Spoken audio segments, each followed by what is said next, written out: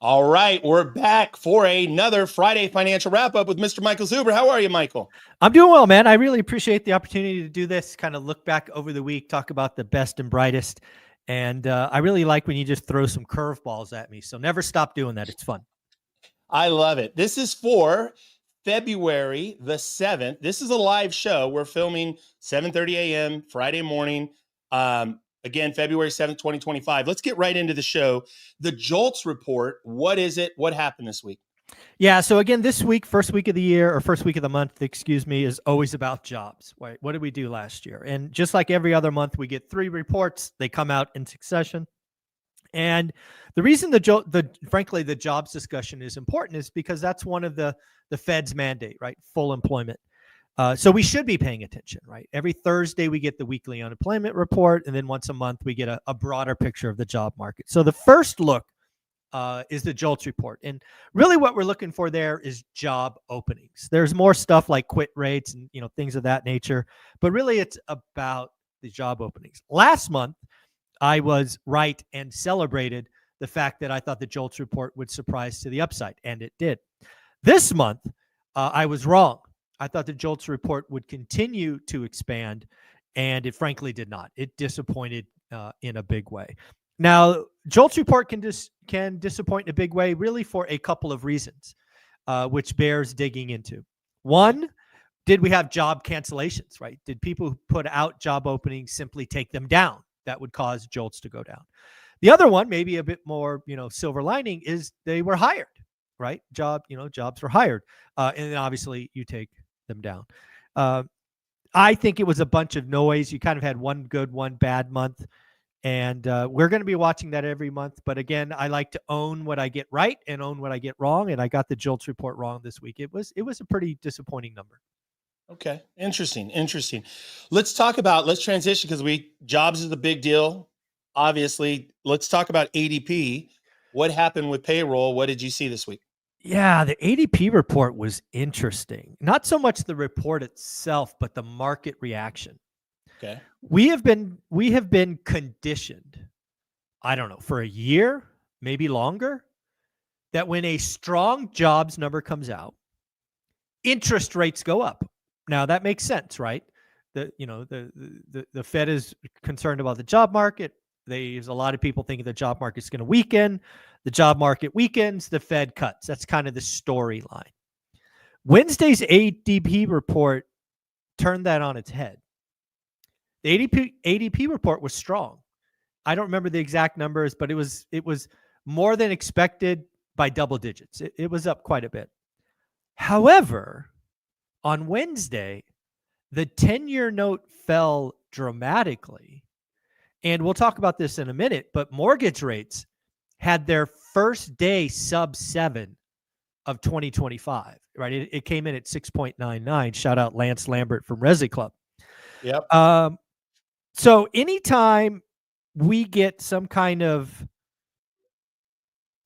data doesn't match the story, we all should step back. An ADP report was that. So there's a bigger story there, and we'll talk about that more later. But ADP report strong, Jolts report weak.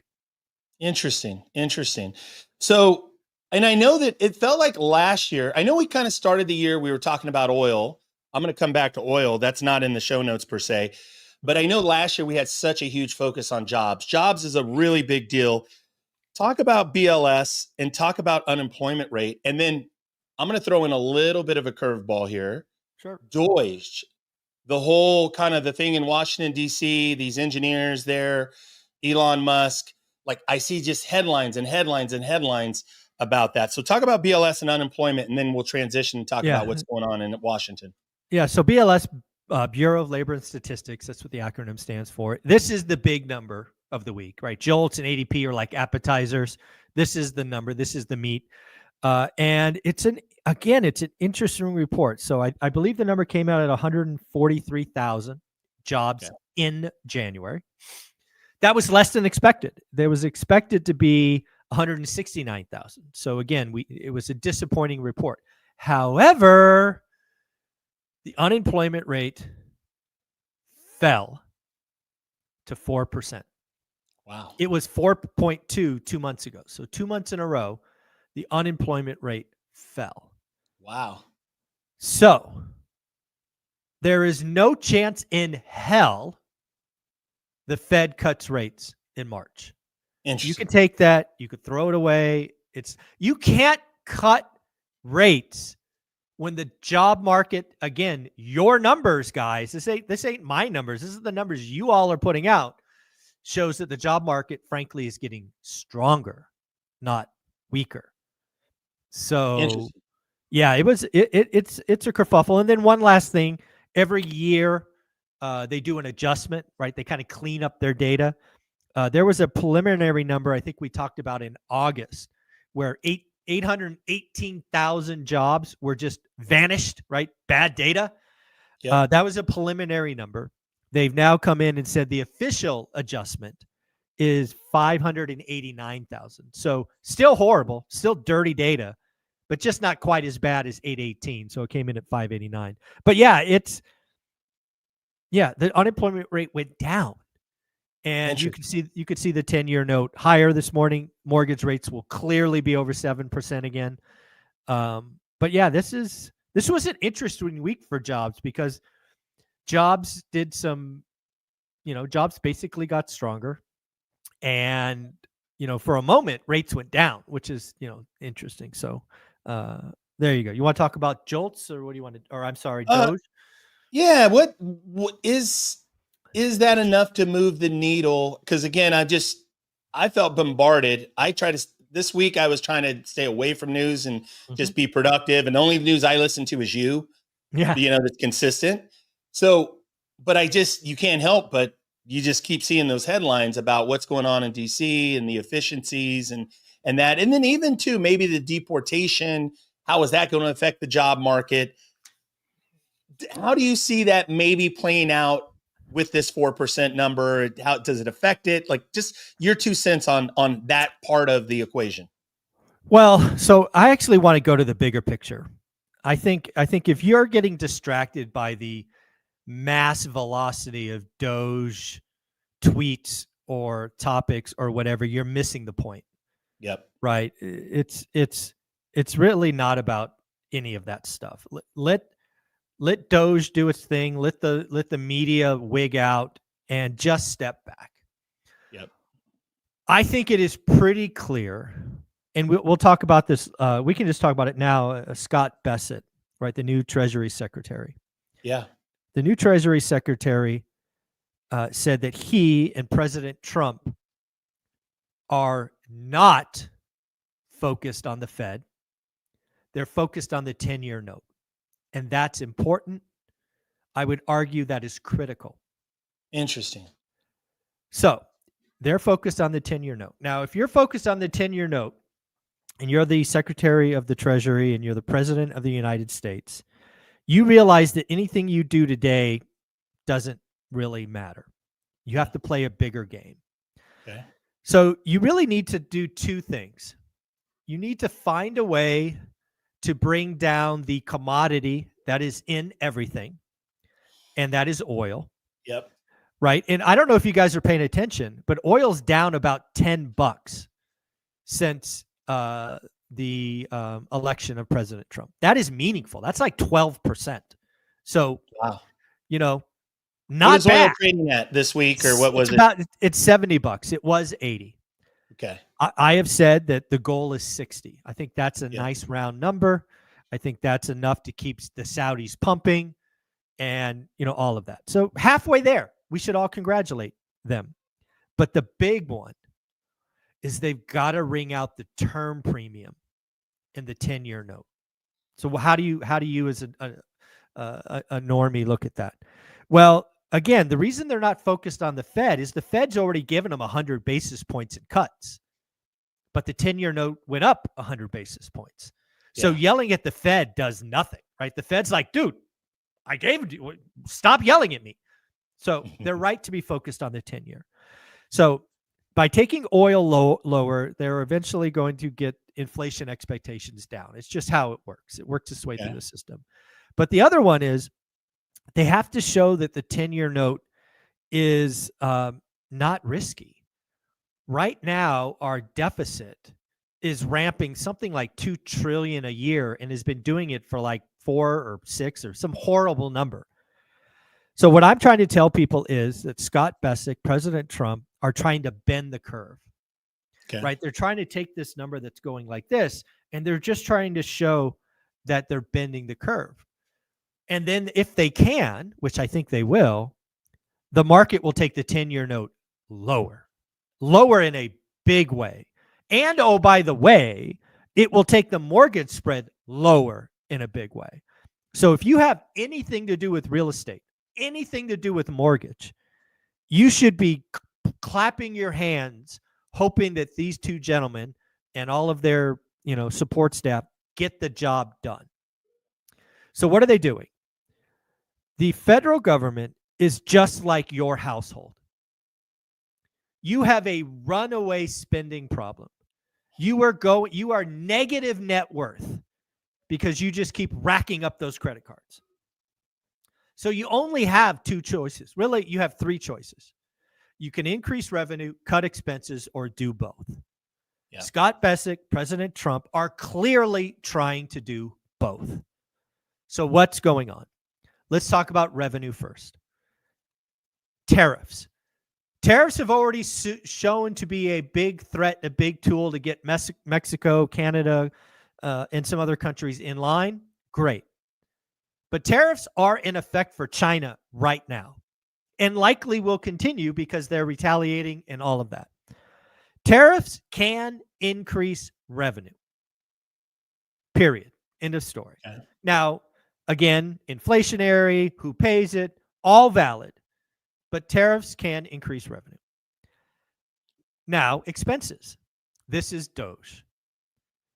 This is the government offering 8 months of pay for anybody that quits, right? The last number I saw was 20,000 government employees took up that offer. All of that is lowering expenses. And again, if you're watching all the Doge stuff, they've found all of these seemingly ridiculous and just horrible, just wacky stuff.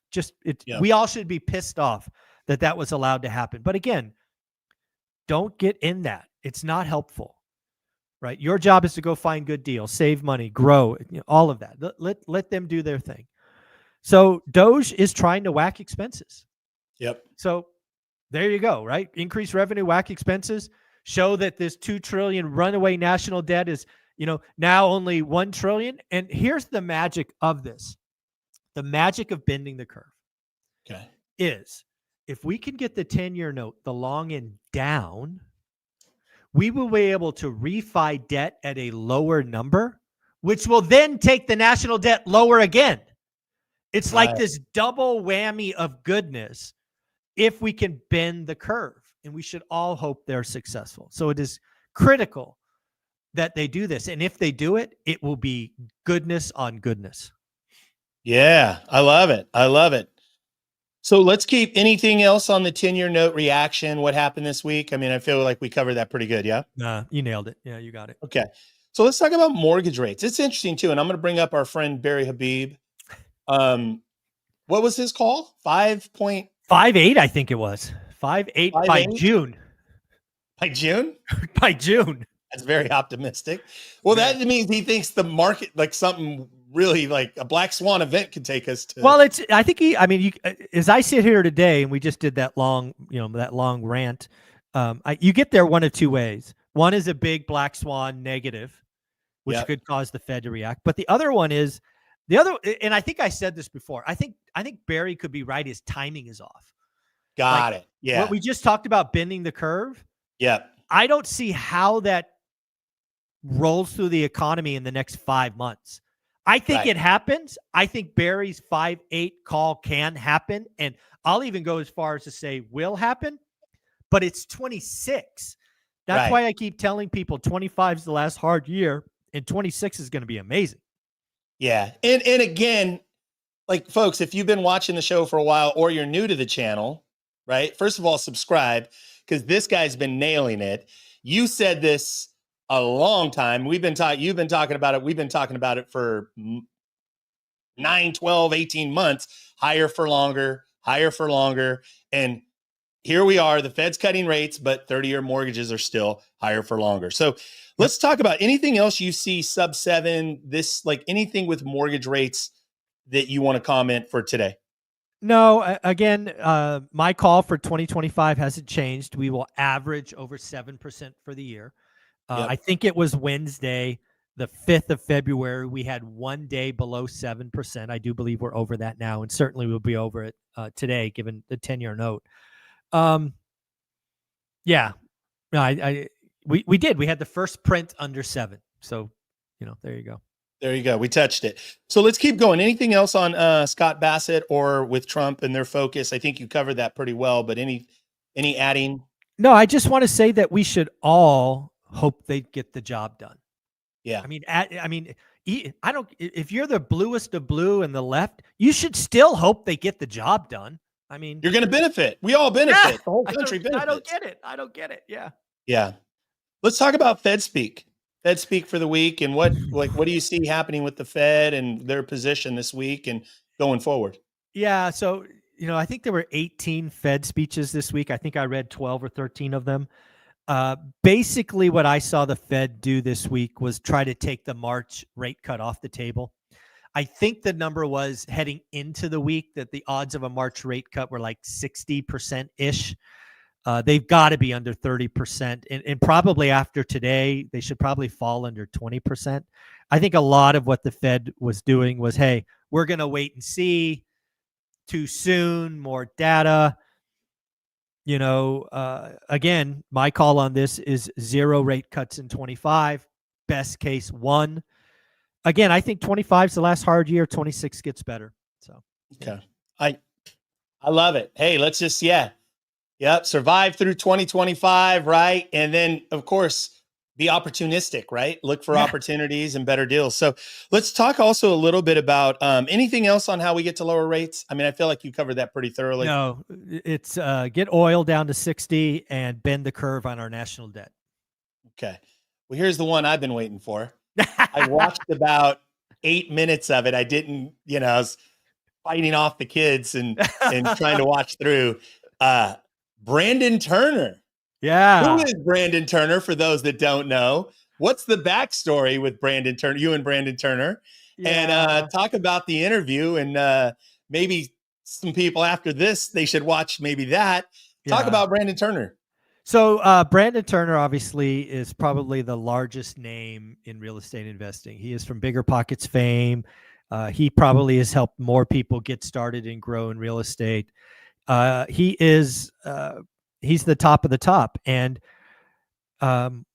everybody loves Brandon. Everybody loves him. And, I had some drama back in the day, which frankly, after that conversation, it was 99% my fault. And, I was just a big child letting a grudge hold. And Ryan Pineda, who knows us both, and said, you guys got to squash this. And Brandon Turner and I had a great conversation the other day. It posted yesterday. And man, I felt like such a little kid, right? I lit a moment in time where I was stressed out decades ago.